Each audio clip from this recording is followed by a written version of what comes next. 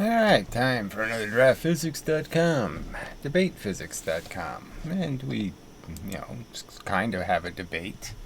And it's, frankly, it's been a little bit unsatisfying, the first two parts. So one of those is on YouTube and one is on the website, discussing kinetic energy and can't remember what the other subject is, frankly. But anyway, it doesn't matter. So far, it all seems kind of evasive. The points have been made, and there isn't any concession that, physics made a mistake. So the double slit experiment is famous in the sense that it verifies some notion that there's a wave-particle duality.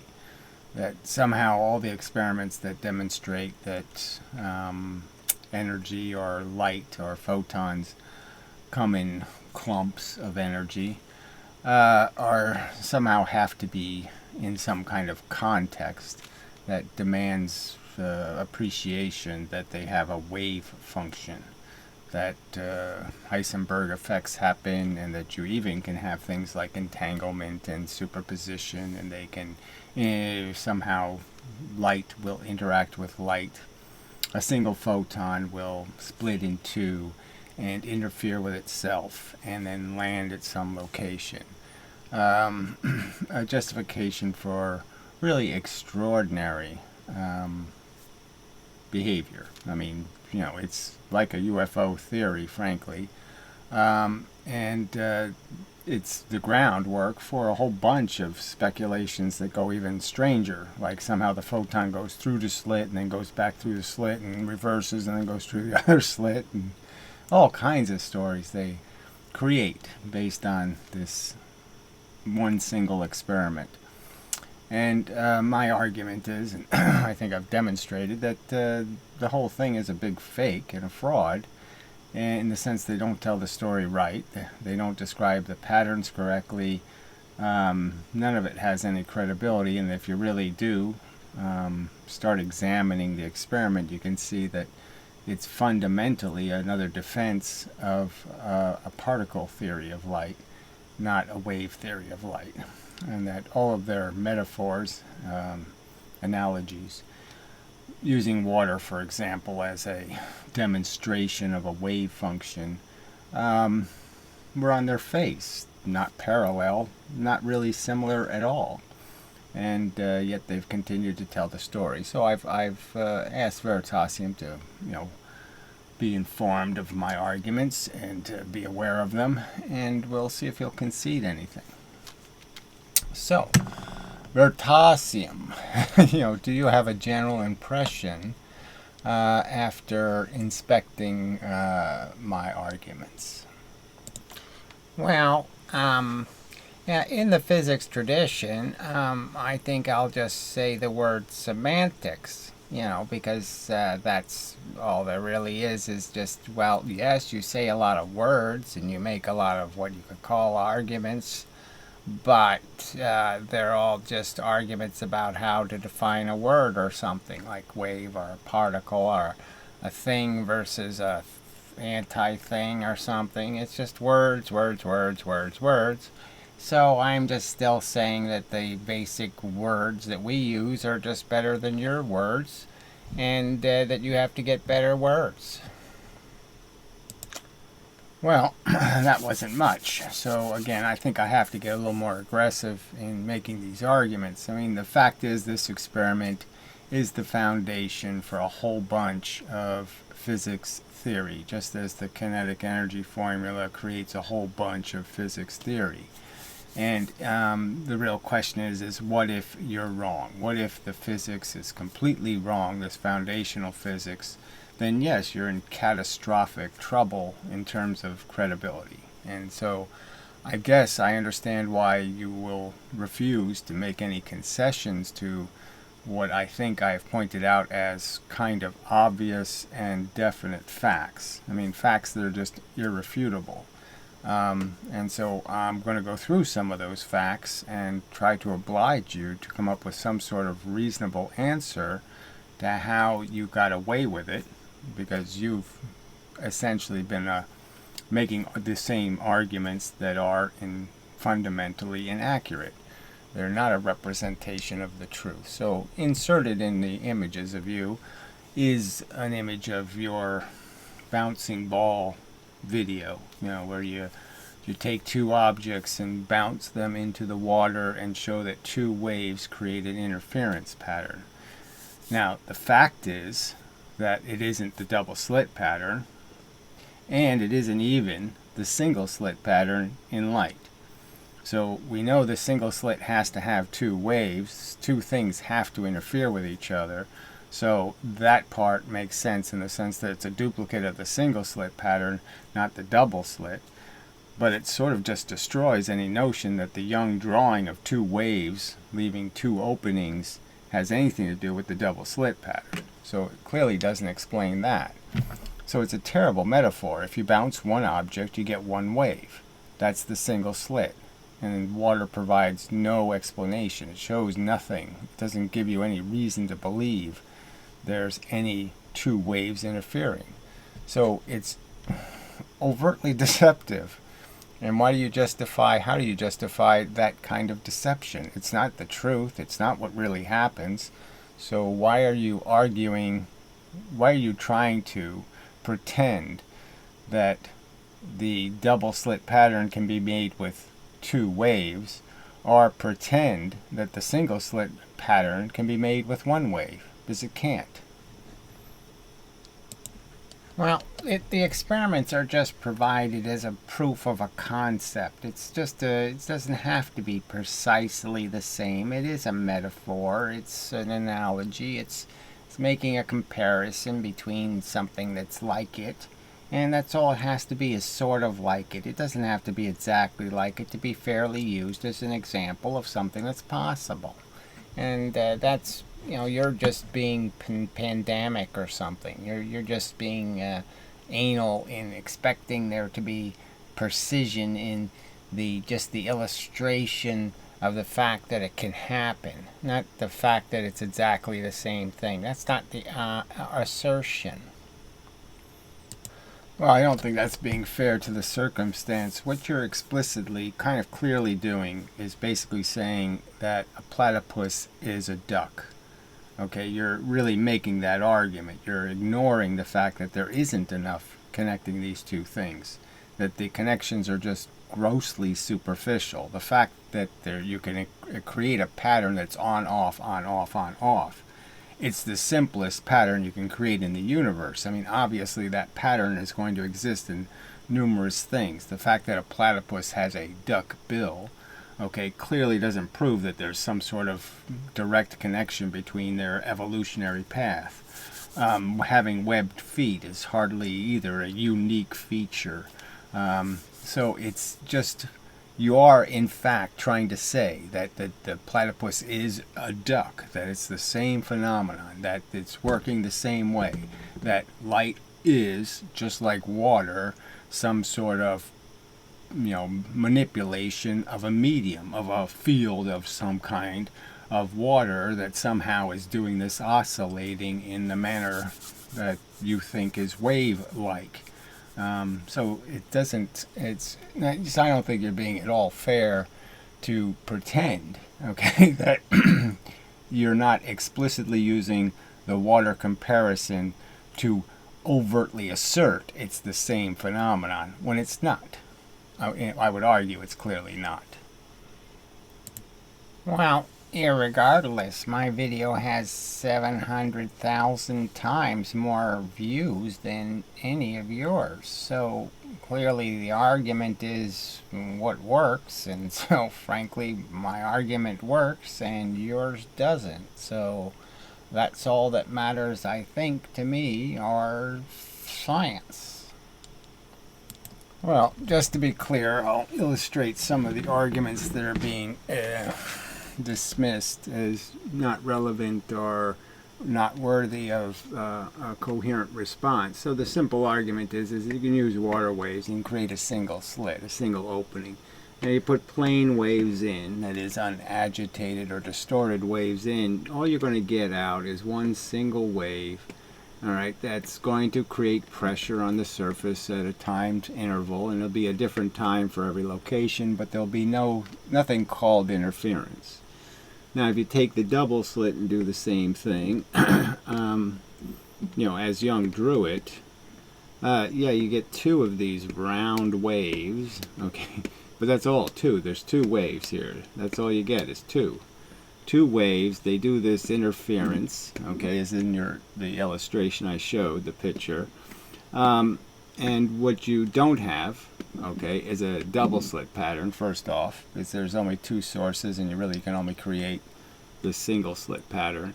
And your single slit pattern won't look like the pattern in light, okay? All the bars will be the same size, all the interference fringes. So you won't have the classic double maxima in the center.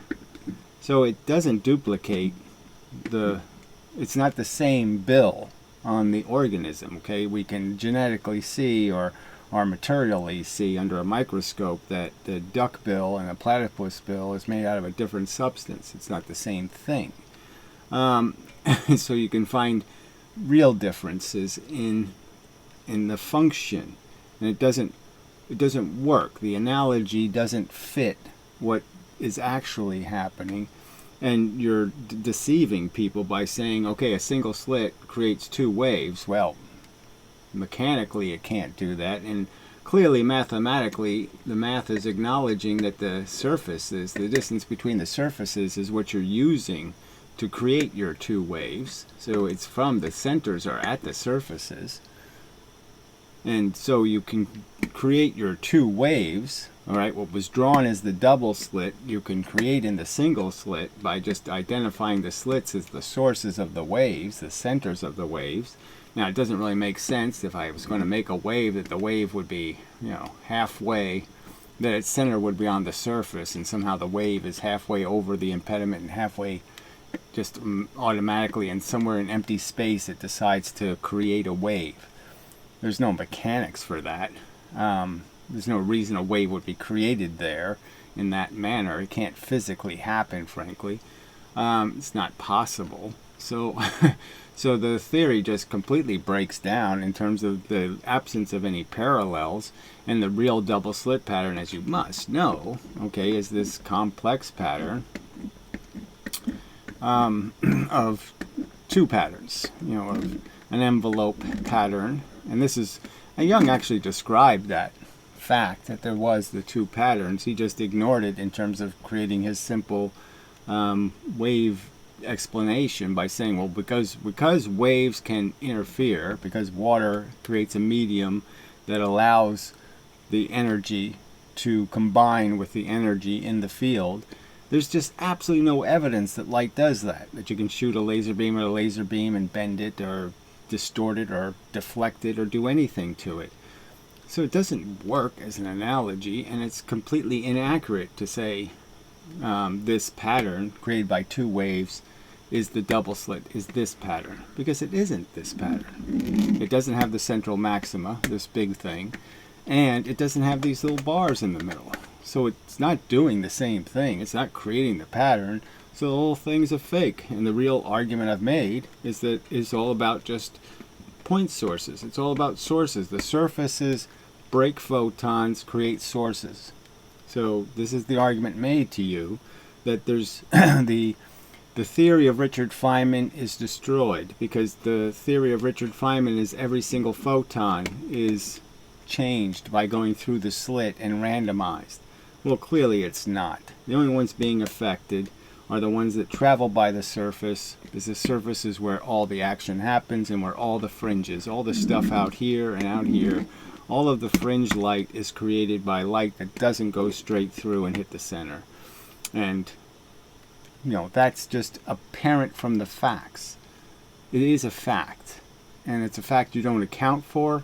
You don't pay any appreciation for it. I mean, you just ignore the fact that the patterns don't match, that the water example, first off, in the single slit doesn't create interference at all. And in the double slit, the interference it creates doesn't create the same pattern, in the sense that it doesn't create the double maxima in the center. So, these are glaring deficiencies in using this analogy or metaphor. And you shouldn't get away with it, frankly. Well, I would counter that these are little factual faux pas that, they don't really mean anything in terms of changing the basic idea that interference is a thing, and that interference kind of explains, and that it can work, and that's really the point, that it works for physicists. It creates an explanation that creates all kinds of incentive to create all kinds of new and interesting science. And your explanation doesn't.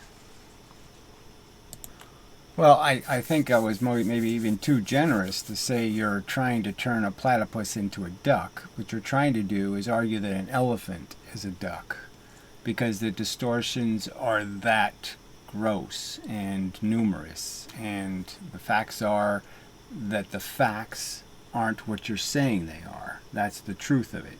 That what's really happening in the experiment, the real events, are being distorted and perverted. It's essentially lying for the cause, and that's what you're defending, is a bunch of fairy tales told in defense of a fairy tale, of entanglement, the Copenhagen interpretation. All of these things are based on premises that aren't true. Elephants don't have webbed feet, and they don't have a duck bill. Well, I don't think you're going to be able to post any clips of any elephants in any of the videos I've done on the subject. There's no elephants, so you're just making really exaggerated accusations. Well, that's about as responsive to the point as some creationist saying, "I ain't related to no minky." That doesn't answer the genetic evidence or the geological evidence or all the evidence. So I'll present some more evidence to make the point that the facts indicate something very different, the possibility of something very different. So often they say no particle model could explain. And it can explain. You just have to be willing to accept the existence of the model, that it works, that it does explain. So the double slit is, in my argument is that it's clearly a force source experiment, that all you're really going to do is figure out what the sources are, okay, and their distance. So they always say when they do the double slit that the slits have to be very small. Well, you could understand that if you make them infinitesimally small, and what you're doing is doing a geometry, okay, this is all just geometry, that you'd end up, the 2 point sources would be so close to each other that the distance from this point and the distance from this point would be the same distance. So you couldn't draw a triangle with different length sides because the 2 points are so close to each other. And the further the 2 points are from each other, the more of those lines you could draw. So if I drew a line from here to there, and I drew a line from here to there, you could see, you can see it right in front of you. You could see that this was a wavelength. You can see that, oh, okay, this is how many wavelengths of difference there are.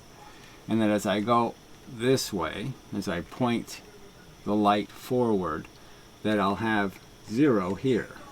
So I'll have the maximum number here, and this will also tell me if I'm a half wavelength. So if I have a little half notch here, it's a little half of a wavelength, well then I'll know that they're not in phase, and that this is an off. And if I know if this is an off, right, that there's no light here, well, the whole thing is symmetrical. So you know that the center is sort of a lie, that the center can't always be an on, if sometimes this can be off or sometimes this can be on, because then you'd lose all your symmetry. I did draw that a little poorly, didn't I? Crap happens, as they say. So this is just about, the mathematics is all just about distances, and again, they just draw these simple triangles. So there's just no room for any confusion that this really is, like I said, the math just cares about distance between surfaces. That's what's in the math. That's what's always in the math, is the distance between the surfaces. That's the math that gets the right answer. And again, all they do when they do the double slit to evade having to deal with the real pattern, and again, the real pattern is this thing, okay, you know, where you have two patterns. And to, you know, because they can't explain this, and they can't explain this double thing here. Those don't show up in any wave tank. So those, all these features don't exist in their example. And again, you can see perfectly here that this works. So any triangle I draw, you know, I can draw a line from here. I can extend this line, just move it up here, and then move this line here. And yes, now they're different lengths, and I'm cutting into how many wavelengths of difference there are now. But it's going to go all the way. So however many wavelengths fit in here, I know that's how many notches have to be here. So exactly what's here, in terms of wavelengths fitting between this distance, is exactly what's going to show up here in terms of an on and an off, and then an on and an off, and an on and an off. So I just take this and double it, and I'll get the number of total ones. But again, they've never even done the experiment where they put a photographic film over here and see how much light ever even goes over here. Because frankly, there's no evidence that it actually does happen, that the randomness goes all the way. They have no proof or evidence of that. That maybe this is a simple explanation, is that a photon comes in, okay, as a composite object of elements that have a frequency, and that means they have a wavelength, because they have a frequency, a period between their arrival. They travel near the surface. Pieces of them are shot in different directions. One goes here, one goes there, one goes over here. And all you're really doing is the other side is doing exactly the same thing. One piece goes there, and one piece goes there, and one piece goes there over time. And that there's an inevitable outcome of, yes, you're either in phase or you're some degree out of phase. But there's no other options, and so yes, 50% of the time you'll be in phase, 50% you'll be out of phase. So a particle model is perfectly capable of explaining the phenomenon. And there's all of this wave theory isn't demonstrated by the metaphor. The analogy of water doesn't demonstrate the real pattern. It fails to produce the right pattern. And any model that just declares that there's scatter at the surface, scatter creates, you know, what you could analogize to be waves. Scatter can look like a wave if you want to draw it that way. But the fact is that scatter, particle scatter, produces the same exact geometry and fits what is produced as an outcome. And it does it in such a way, again, where you have these obvious real parts of the mathematics. So they only do the math. They do the equation, but they don't draw the equation. Because if they did this simple thing of just saying, well, how far is this surface from 180 degree line here, you know, and how long is this line? And it's just sort of points out inevitably how many notches there are is going to be how many wavelengths of potential you have to go on, off, on, off, on, off. Full wavelength, half wavelength, full wavelength, half wavelength. It's all written right here. This little simple visual diagram explains the mathematics. And there's absolutely no wave anywhere in the math or the diagram. They're triangles, they're straight lines. There's no waves anywhere. It's an important point, I think. Well, I don't think any of those arguments prove it couldn't be a wave. So you're not dismissing or debunking waves as a possibility. You know, you're just making some other argument. Well, my obligation isn't to prove waves aren't any reach of some sort of manipulation of the circumstances couldn't demonstrate a wave. My obligation is merely to show that your examples and the evidence you provided are all incoherent to the facts. They're really not factual. That, you know, two sources creates the single slit pattern. It doesn't create the double slit pattern. It's just a fact. Your illustration is non-factual. It doesn't create the right pattern. It's broken in two ways. It doesn't make a double maxima in the center, and it doesn't create the envelope with the bars inside. So it fails both tests. It's not a wave example. It's not a proof or a demonstration of the elephant's duck bill. There's no duck bill, okay? And again, you can just argue through all the other pieces of evidence you're using. You're claiming the elephant has webbed feet. I can show the feet aren't webbed. I can show that the real distance is the distance between the surfaces, that what you're really measuring, if you're going to say they're waves. In the double slit, it's the 4-wave theory that'll get you the right answer, not the 2-wave theory. And in the single slit, it's obviously the 2-surface experiment. The single impediment does the same thing. It's 2 surfaces, and it's the distance between the 2 surfaces that gets the right answer. So it's just about the surfaces.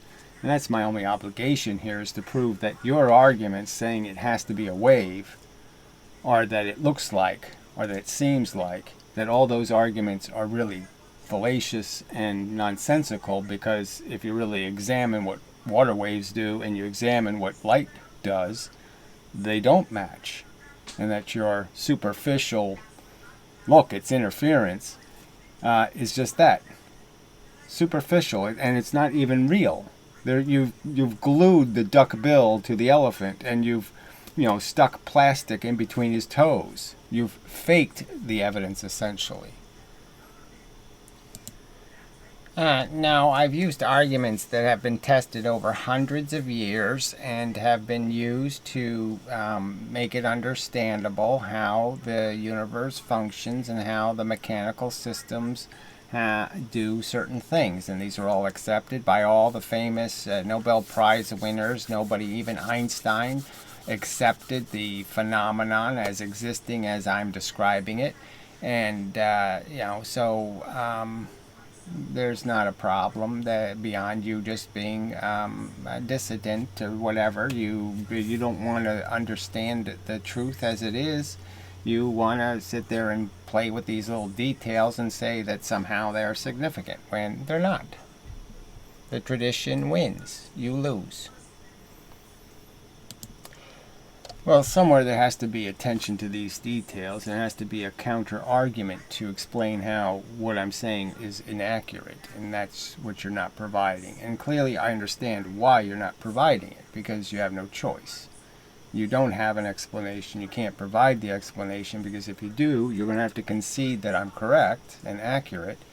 And the fact is that the whole thing has just been a delusion, and that the physics has been really fundamentally flawed, and like in a very simple way flawed. Like you didn't have to do much picking at it to see that it is a fake duckbill, and that the elephant's toes aren't webbed, and that the comparisons being used and that the illustrations being used are deceptive and inaccurate, and it doesn't take an Einstein to see it. What it takes, though, is somebody who's generally interested in finding the truth rather than just completely interested in supporting a bunch of religion, a bunch of nonsense, Noah's Ark, Leibnizian Ark.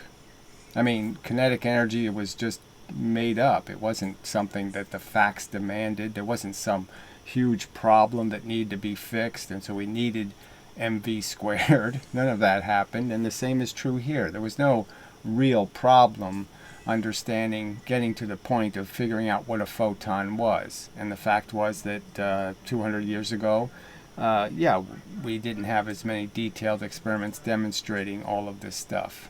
And it was, all of the effects that have to do with the electromechanics of actual substances, and the fact that they are that there is a Planck constant and that there is a quantum of energy. I mean, the irony of quantum mechanics being called quantum mechanics when it's based on the idea that there is this fundamental elemental bit, that controls how energy is transferred. And all of this wave theory is an absolute denial of that. The only way they can make it work is they have to create some kind of wave that only waves in between. It doesn't do it at the source, and it doesn't do it at the target, but somehow it does it in the middle. And these are terrible answers. And yeah, you're never going to be able to admit that for 300 years maybe, you've pretended what reality was rather than actually look to see what it was. Well, that just seemed like a bit of a ramble. The fact is, our science works. The fact is, my video has 7 million views and everybody loves it and all of that. The fact is that your facts don't seem very important to anybody who does any research in these areas. So those are facts. So we made some little mistakes. You want to turn them into catastrophic mistakes, blah, blah, blah, blah, blah. The end. Nothing to see here. Well, I guess that's where we'll have to leave it. And so we'll try maybe another subject or two. But yes, clearly there's not much capacity to have the conversation, because the conversation really isn't about interpreting experiments, understanding what the experiments actually show, detailing the process of those experiments, and conceding the parts where we're guessing, the parts where you can't know, and the parts where you can know. And there's no apportioning of any kind of logic to understanding that. So they just say, we did it. We saw black holes collide billions of light years away, and we felt the gravitational waves, and we did all this stuff, when they can't really tell you how a beam splitter works. They really can't, okay? They really can't explain how the two beams are exactly the same when they put the beam through a filter, essentially, to filter out half the light. And so they can't explain the basic elements of an experiment correctly. So clearly, I think I have demonstrated that they've taken an experiment that's relatively insanely simple, really, and they really haven't explained what happens in the experiment. They've described it in ways that are just completely inaccurate, in the sense, again, of showing a single slit, what might be called sort of like a single slit pattern, and then claiming it's a double slit pattern. I mean, just gross distortions of the actual what happens in the experiment. So anyway, so we'll try again, but yeah, if they're not gonna respond to the arguments. Does the bullet have 1,000 times more energy than the recoil of the gun? 1,000 gun recoils equals the energy of the bullet? Come on. It makes no sense. It doesn't really work. You can't use mv squared and land on the moon. Doesn't work. Alright, anyway. So, till the next time, this has been Draft Science and draftphysics.com on the internet. What the hell? Where's the frickin' thing? There it is. Alright, draftphysics.com and debatephysics.com. But again, the debate really I have to be able to require somebody to respond detailed points. They have to deal with each point made. Or there's really not a point to debating. Because that's all there is this debate, is the assertion that the elephant has a duck bill. It doesn't. The two-slit experiment is the four-source experiment. It isn't the two-wave experiment. Two waves don't work.